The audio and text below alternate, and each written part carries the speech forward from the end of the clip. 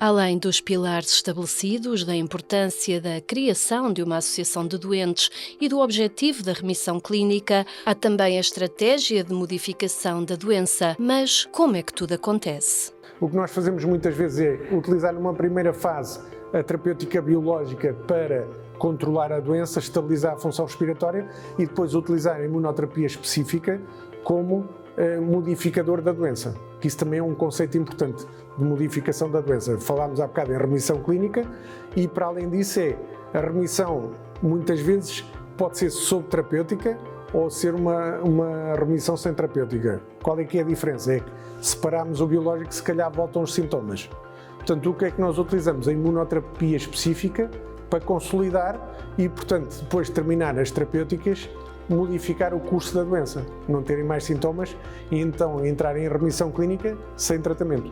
São muitas as áreas da alergologia que têm vindo a desenvolver-se com enormes benefícios para o doente que antes, devido à sua alergia, não podia ser tratado adequadamente. O serviço de imunoalergologia é multifacetado e nós neste momento estamos organizados em áreas diferenciadas, em áreas funcionais e para além da asma temos uma unidade, uma área de alergia alimentar, portanto cada área diferenciada tem um médico coordenador à frente, temos a área da alergia alimentar que também tem crescido muito, quer com as provas de provocação, o diagnóstico, alguns tratamentos também novos que têm vindo a surgir, temos a área da alergia medicamentosa, fazemos um trabalho importante que também começámos por ser pioneiros há uns anos atrás na desensibilização a fármacos antineoplásicos, ou seja, um doente que precisa de fazer um tratamento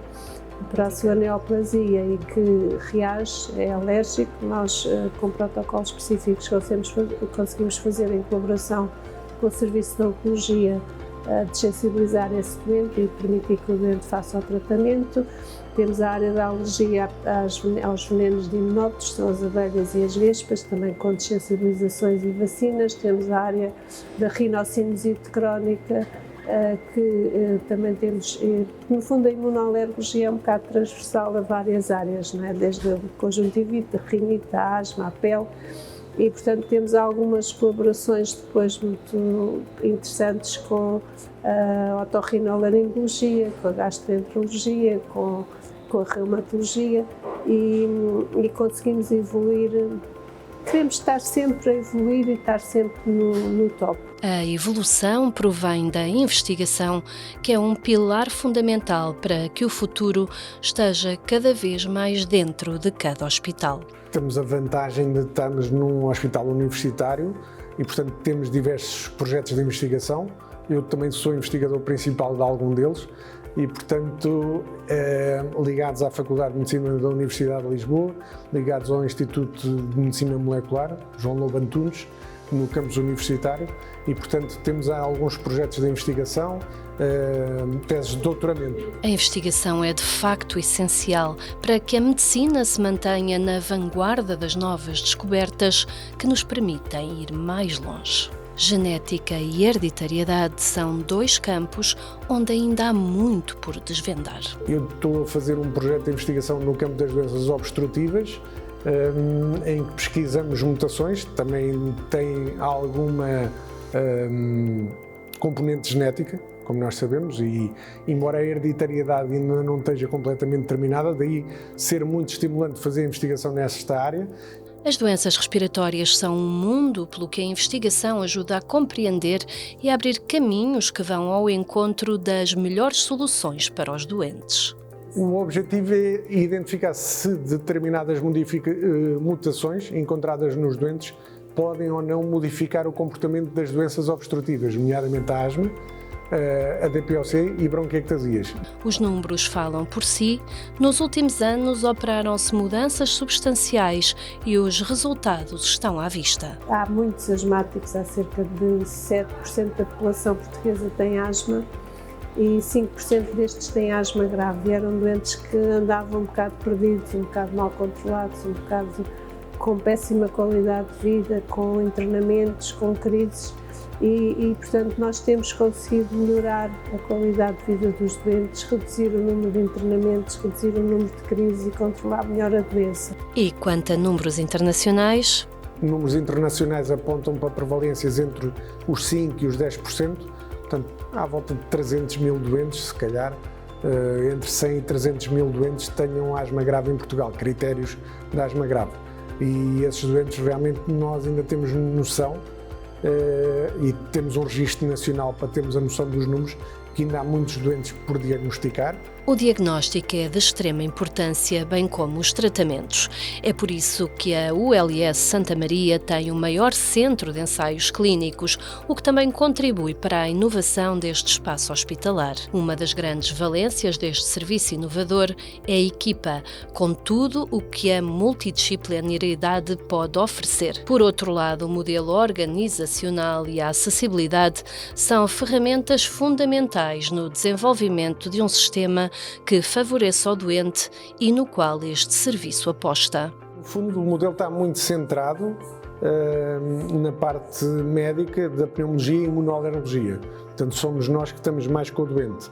Mas nós não trabalhamos sem equipa. A equipa são os nossos enfermeiros, especializados em asma grave. A equipa são os farmacêuticos que também dispensam medicação todos os dias. São as outras especialidades médicas, nomeadamente a otorrino também é fundamental, porque está tudo ligado, nomeadamente as vias aéreas superiores e as vias aéreas inferiores, e portanto é muito comum a associação da asma grave com rinocinusite crónica, que pode ou não ter polipose, e portanto nós aqui fazemos cuidados integrados, muitas vezes recorrendo a videoconferências. E, portanto, hoje em dia temos toda uma série de ferramentas. Para além disso, é também preciso integrar com os outros níveis de cuidados, nomeadamente os cuidados de saúde primários. E este modelo das ULS veio permitir sermos mais eficazes nisso. Portanto, a ULS Santa Maria integra, para além do Hospital de Santa Maria e do Hospital Polivalente, uma série de centros de saúde onde estão os nossos doentes, quer os que já são seguidos aqui, quer muitos que andam perdidos, e, portanto, com protocolos de referenciação que nós já temos implementados, é mais difícil eles não se perderem no sistema. É fundamental nesta doença, para além deste modelo organizacional, termos também acessibilidade.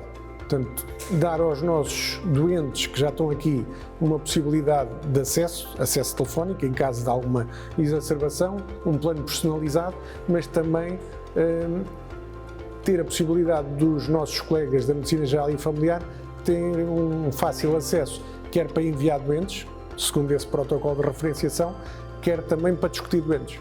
E, portanto, estamos a planear essa abertura. Um modelo de eficiência o que pretendem para estar ao nível dos congéneres europeus. O hospital preocupa-se com a mobilização de internos para fora de Portugal para que possam aprender também com o que de melhor se faz noutros países. Hoje em dia, com a globalização, eu acho que nós estamos muito a par com os nossos congéneres europeus. A grande diferença é a organização. E, portanto, daí temos constituído um modelo que nós acreditamos que é o mais eficiente para organizar os cuidados aos doentes com asma grave.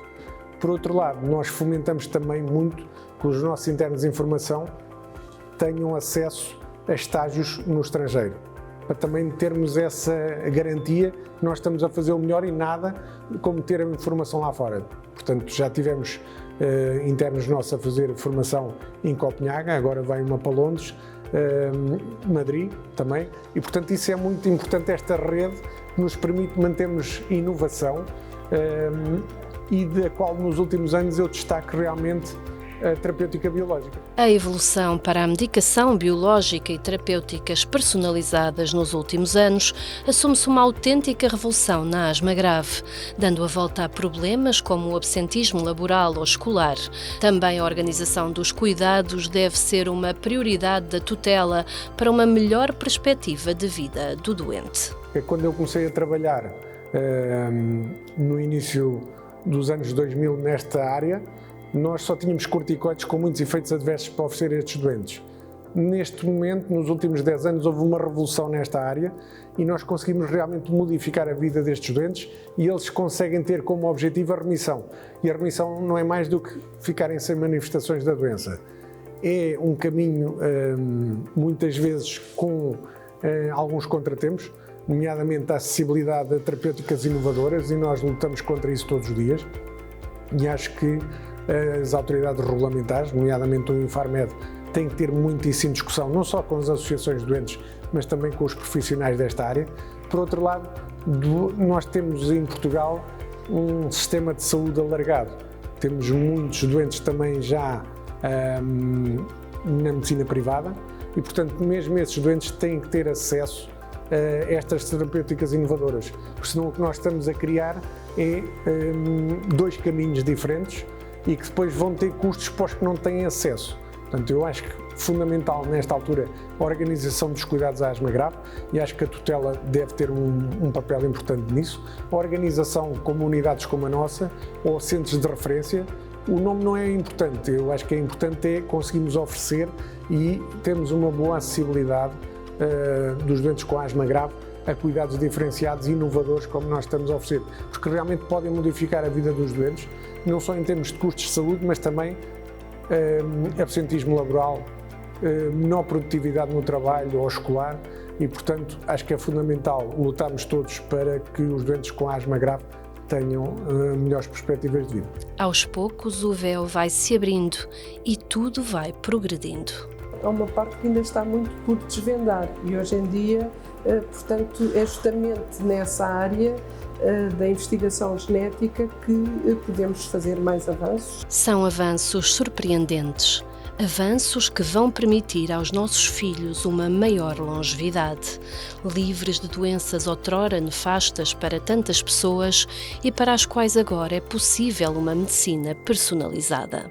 Temos investigação a nível de clínica, portanto, caracterização daquilo que nós chamamos fenotípica dos doentes, que tipos de doentes é que são adequados para determinados fármacos e verificar, por exemplo, a eficácia terapêutica de determinados conjuntos de fármacos ditos biológicos nessa característica que nós chamamos fenotípica dos doentes, sempre medicina personalizada, porque a asma grave nós só conseguimos controlar o doente com uma medicina personalizada e, portanto, temos de caracterizar muito bem aquele doente em particular e ele terá o fármaco adequado em particular, à base daquilo que temos, não é? Está sempre a evoluir. Uma evolução sempre com o propósito de viajarmos numa nova era rumo à remissão clínica.